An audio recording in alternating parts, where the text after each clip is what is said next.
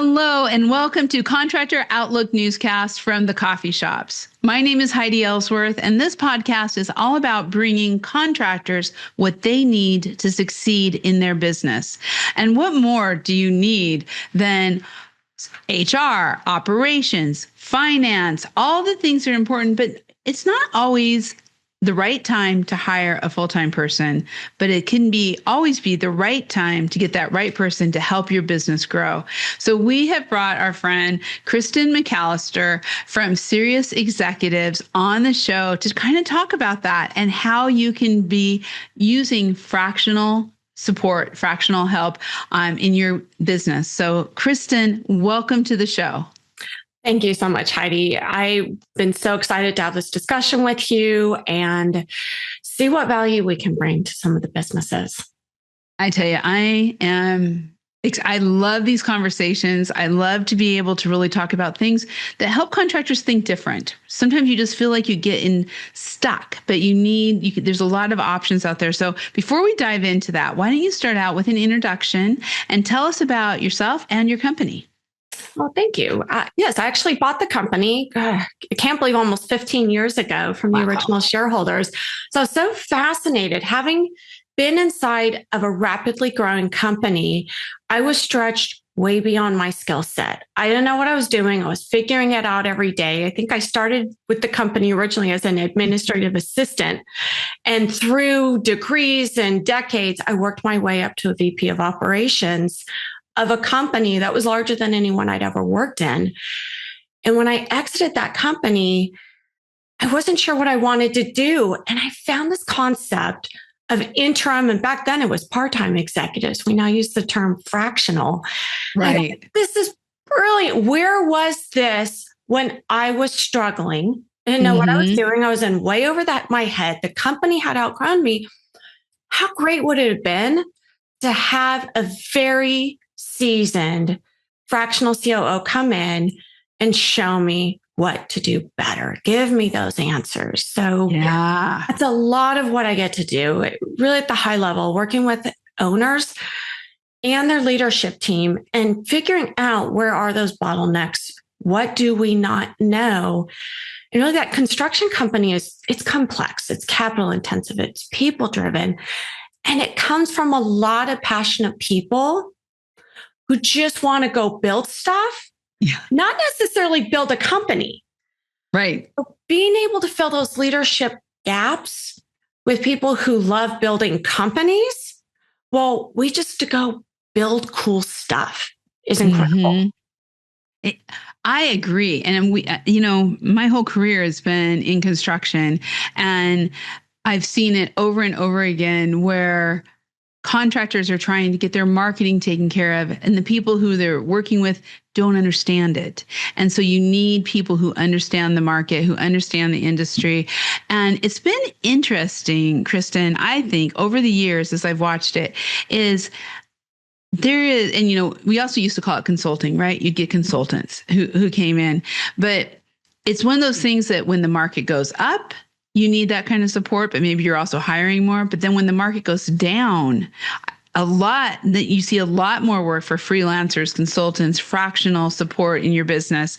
And so it's really something that works no matter where the economy is and what's happening. So let's kind of talk about, I would just like to pick your brain right now with the economy and what we're seeing and what fractional hiring is really doing to help businesses I'm not going to say we're in a downturn because I really don't think we are, but we are definitely in a soft economy. So where is fractional fitting in on that? We're seeing it on the spectrum, and you've hit it. It's really, we're using that independent expertise that's available. We're just using it in different ways and applying it based on, are we on an upturn, a downturn, or where I feel like we've been for quite some time is we are just stuck. Not inability, but hesitancy to make long-term decisions. We don't know where the economy is going, what AI can do. We don't know what's coming next. So we've seen a lot of hesitation to make decisions because what if they're wrong? Right. We don't Right. have the time. We don't have the cash flow. We can't get it wrong anymore. So I think that's where we're really seeing outside executive expertise being applied, both on a fractional basis. I can't get it wrong with my controller. I need her or him, but I also need another 20% expertise that's way beyond their skill level. Let me borrow it from a fractional Right. CFO. Yeah. Or I know I need to bring in and hire a VP of operations, or a VP of sales, but I can't get this wrong. Let me bring in an interim. Let's maybe have them do the heavy lifting and put everything in place and then see what we need for the longer term. We're doing it in steps and stages rather than taking those big money, big bets in Vegas. Yeah. We're doing it step by step and cautiously. And it really is a risk mitigator. I mean, it brings your risk down, which I think everyone right now, we're looking at it. I know in my own business, I'm constantly looking at risk. Where is it? What do we need to do to make sure we don't have that? And bringing experts in who can help us. Absolutely. When we have more questions, we have answers. Why not go get the answer key? It's not cheating anymore. We're not getting in trouble in school. We can go to people who have been in that environment before. Have they been in a company where we think we might not be here next year? We've seen the industry change. Technology is not, we can't pull it anymore. It's getting pushed on us in the industry. Yes. We're seeing our margins scale down. We're seeing our supply chain. We don't know which week it is and whether it's going up or down. Right. Other individuals have been through these cycles before and they know what to do. Let's go borrow their expertise to give us those answers or help us figure them out a little quicker than we might otherwise. What are you seeing as in I know you have some stats on just kind of what you're seeing around the fractional, but just overall with recruitment, hiring, all of that. Yeah. We live in that independent contractor space. It's usually where interim and fractional executives fall into. I remember 10 years ago when it was the big, by the year 2020, independent contractors or the contingent workforce is going to be over 30% of the workforce. It was a number we just couldn't even fathom. Now that we're up well into the 30s now, and now the next stat is by 2030, half of the workforce is going to be contingent. Holy cow. Wow. Our businesses are moving from that overhead fixed cost to how much of our business can be a variable cost. How much as the industry is flexing up and down as I want to try to go into new areas, I need to be more agile. And we're seeing that with our labor. Yeah. Yeah. Well, you're right. Because I think people can, especially in construction, owners can relate to this because they're using subcrews a lot. And where before, you're right, 10, 20 years ago, they would have everyone on 1099. They would all be, these huge crews. And a lot of contractors still do. But there's also that whole change of now we're going to hire subcrews. So when you start thinking that mentality, it's not that big of a leap to start thinking about that from the executive level also. Exactly. And they are available. The talent is there. They're ready, willing, and they're not semi-retired. They're just, it's kind of like when we first started when you first started the company and so many owners in construction, they worked for another larger firm and said, this is not how I want to do business. I know I want to go do it on my own. I want to pick my clients. I want to do it my way. A lot of executives are the same way. They worked for other companies. They've done other things. They've seen it across and they want a little more flexibility. They want to do it their way and they want to go help other businesses. And I love the analogy with subcontractors. We're seeing that where enough expertise rather than a generalist saying, I can do plumbing, electrical, I can do the paving part, I can do the roofing. No, we have experts who are the best at what we do and we use them on our jobs. Right. We're seeing the same at the leadership level. Who is the expert on high growth? Who is the expert on figuring out the thorn in my side labor shortage that we're going through? Right. How to upskill and retrain our workforce, our labor, our skilled individuals. How do we go find more of them? Because college is not the automatic path anymore. No.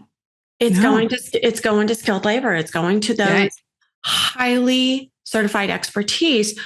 How do we get ahead of that and build our pipeline for the next 10 years? Right. There are experts in doing just that. Who can do that for the company. And so that's the thing. I love that you just said that, because I want to kind of follow that trail a little bit, in that really, I think people will think, well, I need a CFO to come in. They think of kind of the traditional things. But when you're looking at, like you just said, a recruiter, someone, a trainer, people who understand how to do this, that might be an additional job that's not even in your company chart, right? Your organizational chart right now, but you need somebody, and you need somebody who knows what they're doing. I love that. So it's really thinking outside that box.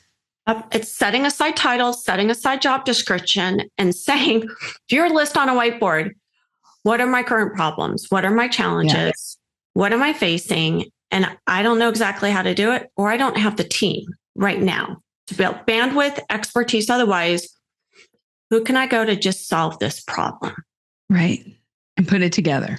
And that's about as low risk as you can get with a high reward. And we used to call this consultants, because I've been doing this in marketing most of my career. I would, have my full-time jobs and stuff. And then I was like, I'm just going to go out on my own and start my own business. Well, I ended up being a marketing consultant or a marketing, freelancer, or all of these things. So it's always been happening, but it seems like you have been able, and especially like you said, now it's being called fractional. You've really been able to put, I would say, wrapping around it in a way that people can really understand. And one of the things that I love about your business is you have the relationships with the executive experts out there, and they can come to you to say, I'm interested in helping somebody with this. So you're like a matchmaker. It's my parents have never been so proud. I am a matchmaker. And that's it. It really starts with the company and what they need and what their problems are. And then we're not matching it to a resume. We're matching it to, what do we know they are the expert in?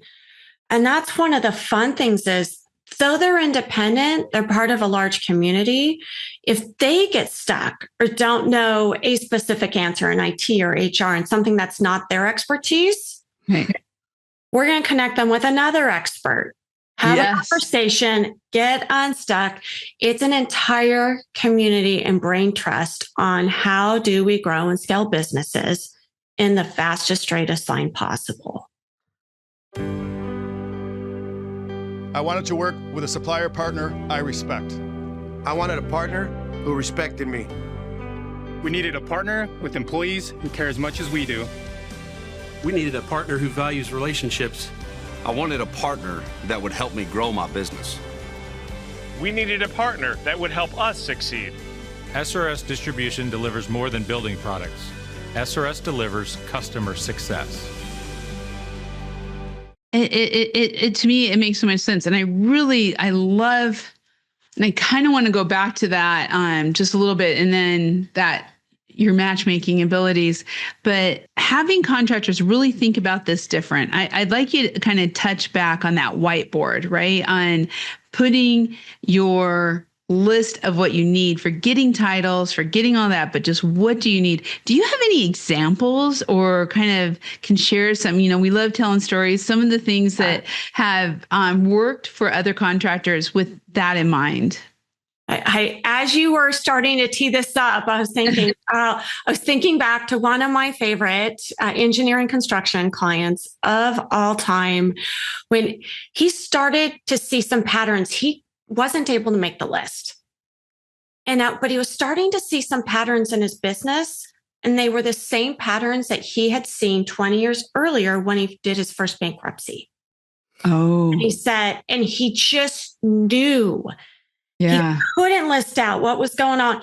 He felt a lot of pain, and he probably could. He said, I need some help. Mm-hmm. Didn't have a lot of cash flow. So we did start out with a CFO 10 hours a month just to be able to give him accurate financials, to be able to see where is the problem? What's going on? And once he had that individual there, they did start whiteboarding. And they started to use the financials as a story in and of itself to say, my gut's telling me it's this, this, this, and this. What do the numbers say? Right. And as they worked month after month, they were able to see our job costing is off. Our subcontractor, we're quoting based on our subcontractor 6 months ago, not today. And he was showing them, here's all the jobs where we lost money and why. Here are the more lucrative jobs we should go after. Here's the service lines. Here's your break-even number. If you add another $500,000 in revenue, that all goes to the bottom line.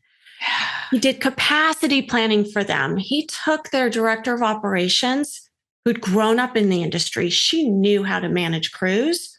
Mm-hmm. She didn't know how to manage and lead a company. And he worked through a development plan with her. It was incredible that once we unlocked one, 5 others just followed. And he ended up working probably 10 hours a week and just developed their teams, developed a better, quicker job costing system. They knew their business at that point, not just the industry, they knew their business. Mm-hmm. And that's one of the first things we see as job costing. Right. When you Job list costing. out problems, what's the pain I'm having? And it's that we usually start with that and the numbers, because if we're not operating and trying to solve problems off of the right numbers, we're throwing darts at the wall with no target. Yeah. Well, that's really interesting because you started it out when we were talking about this, that, labor is changing every day. Labor rates, because of the labor shortage, supply chain, one day it has tariffs, one day it doesn't. You just don't know what's going on. So for contractors today, it seems even more critical to have that expert advice. And one of the things I found in my consulting and what I've done is that you tend to get a bigger picture because you're working with so many different companies. And so you kind of have this bigger picture that you're able to bring to the company. Tell me a little bit about that. If how contractors are seeing that and how that kind of brings them out of their bubble. Heidi, you absolutely hit it. And I love that you have that experience because you haven't just worked with 3 companies before. You've worked with 30. And it can come off sometimes, feedback we'll get is, the person was kind of conceited. They acted as though they knew my company, but because they've seen it 30 times before and there's only so many stories and there's patterns. So what it becomes is pattern recognition. As we're talking, we know what questions to ask, not because we know the answers, but we've seen these stories before and we're trying to understand what are the underlying conditions. We know what the problem is. Yeah. We know likely what the methodology for the solution, but let me understand what's going on with this business owner. And it's all centered around them. What do they want with the company? What do they want to do? Once we understand that, we can take all those 30 different experiences and customize it and apply it and say, here's how we're going to solve it in this situation. And when we're throwing a curveball next week, that's okay because I've seen 20 different curveballs. Yeah, I know exactly. I know how to hit this one. I've been up against this pitcher before. Right. Or they can find people who have, because they know they have that bigger picture. And you're really making me think about one of the big pain points and challenges that we have in the industry right now is private equity, right? So, and I'm going to say opportunities too. I should have added that word in there, opportunities. But so you have a lot of contractors, whether, some like HVAC is, baseball terms, I heard this, private investor talking about it, but they're on third base, right? Where roofing is kind of on first base, and it's just how the private equity is working within the industry and what's happening. So whatever your industry you're in, whether you've already been through the private equity roll-ups or you're in the process of it, as a contractor, there are some really hard decisions to be made. How do I sell? My succession plan. What do I put together? Talk a little bit about the importance of bringing these fractional executives in just on that succession, getting your business ready to sell if that's what you want to do, all of that. You hit on succession planning. Yeah. That's probably one of the, I'd say, activities that just wasn't on the radar 5 years ago. Is now on everyone's minds, because whether you're looking to pass your business onto the next generation or the next owner, we've got to be doing succession planning. And so we know and love Exit Stage Left Advisors. I did an interview with him, and I still love this term. He said, we want the team to be the legacy with the next owner, not us. Right. When we do that succession planning, we are setting, it doesn't matter whether we decide to only work 5 hours a week, we decide to sell it to the internal team, we decide to sell it to someone outside. It doesn't matter. The company still needs to survive, thrive, and our team is the answer to that, not us. So a lot of what experts are coming in and doing, interims, fractional advisors, do you need them 5 hours a month or 50 hours a week? Take your pick. Yeah. But helping owners figure out, how do we decouple ourselves from the business? How do we make it less reliant on us? How do we make it so we can go on a 3-week vacation? Yeah. And we've got the cash out of the company to do it, because whether we're taking that cash or someone else is going to buy the future of that cash, the path, those basics are the same just across the board. Yeah. And we're still keeping that legacy that we started the company with. And that's what's going to live on there. It's an entire industry, Heidi. I'm part of a couple organizations where that's all we do is talk about succession and exit. Succession planning. And is that, do you think that's something new, or is it just being really pushed because there's so many baby boomers and then now Gen Xers who are coming into that point in their lives? And there's more of us, definitely more baby boomers. Do you think, or has this always been this way and people just are talking about it more now? My hypothesis, strictly, is the baby boomers were the most entrepreneurial generation that we ever saw. They started all the businesses. They've grown the generational wealth.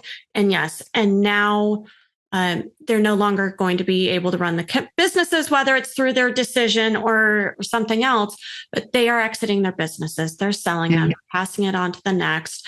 And Gen X and some Gen Y, they're getting into the businesses, either starting or buying it, and they don't want to hold on to it until they're 80 years old.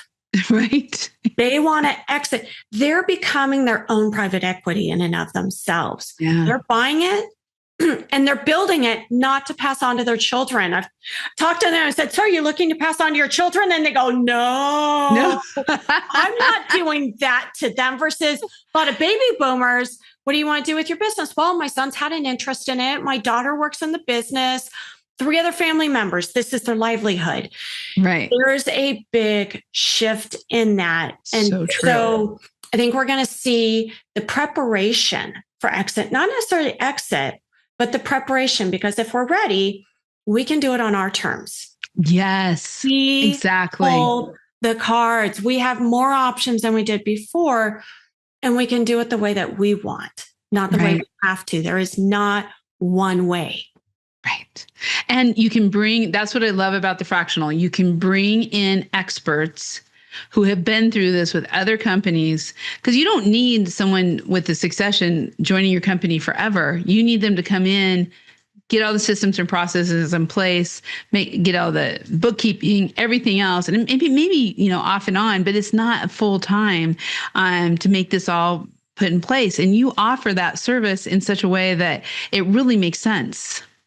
And one of my favorites is seeing kind of that right hand of the owner who's grown up in the company. They're probably head of operations with a title, and they want them to run the company, whether it's with a new owner themselves or they want to step back, but they really don't have the skills yet to be president or general manager. They'll bring a fractional CEO or president in to work alongside them, to give them the tools. Think of it as on-the-job coaching. Right. The things I would have done for that back then. Yeah. Someone who can show them how to be president and give them the skills, work with their abilities, give them these new superpowers. Yeah. And do it in a much shorter period of time so that they can carry on the legacy of the business and be comfortable and confident in doing it. I'm putting that there. Kristen, I love this.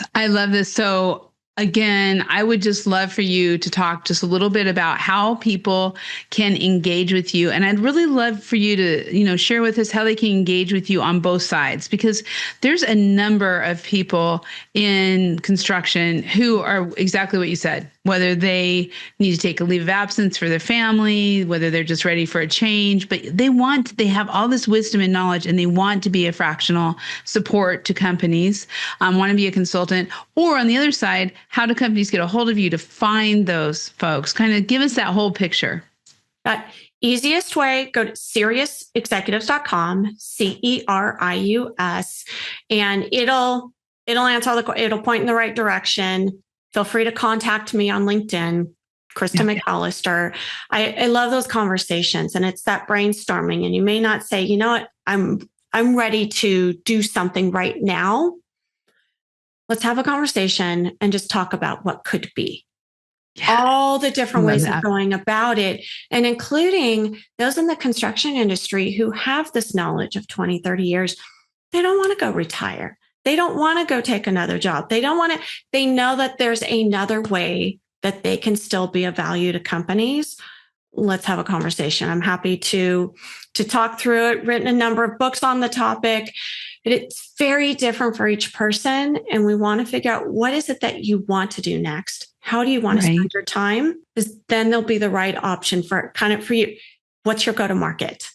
Yeah. You know that better than anyone. And your plan changes significantly as to what do you want to sell and in what way. Let's figure that out first. Yeah. I welcome those conversations. I love it.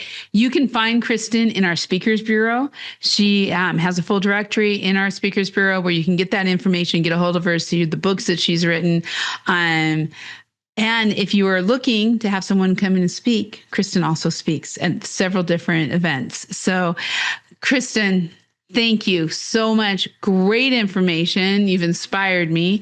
And I'm just excited to see how this continues to grow and help contractors really take their businesses to the next level. Thank you so much. I love it. Thank you, Heidi. Thank you. Thank you all for listening. Again, please visit our Speakers Bureau, where you can see all of our guests from Contractor Outlook newscast, including you can find Kristen, find her information, find out how to get a hold of her, and check out all of our Contractor Outlook newscast podcasts. They are under the RLW, Read, Listen, Watch navigation on all of our sites: Roofers Coffee Shop, Metal Coffee Shop, Coatings Coffee Shop, and Outdoor Coffee Shop. So thank you so much. We will be seeing you next time on Contractor Outlook Newscast.